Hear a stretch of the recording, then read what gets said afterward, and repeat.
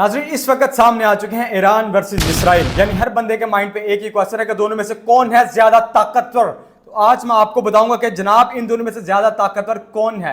Land forces है, tanks 1370 tank हैं Israel के पास और 1996 टैंक हैं ईरान के पास।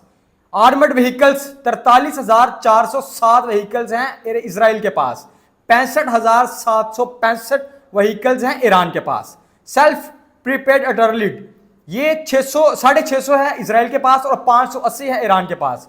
रॉकेट आर्टिलरी ये है 150 इसराइल के पास और 775 है ईरान के पास। दूसरी तरफ जनाब मिलिट्री स्ट्रेंथ आप देख ली, एक्टिव जो मिलिट्री है इनके पास, वो इसराइल के पास सिर्फ मिलिट्री है 1,70,000, जबकि ईरान के पास इस पूरे खित्ते में बड़ी फौज मानी जाती है 6,10,000 फौज है ईरान के पास। और रिजर्व में है 6,65,000 इसराइल के पास, क्योंकि वो अपने हर शहरी को मिलिट्री वो ट्रेनिंग देता है इसराइल। और इधर रिजर्व में है 3.5 लाख ईरान के पास। और इनके पास पैरा मिलिट्री है 35,000 इसराइल के पास और ईरान के पास 2,20,000। जनाब नेवल फोर्सेस में इनका आप कंपैरिजन करें तो सबमरीन्स हैं इसराइल के पास 5, ईरान के पास हैं 19।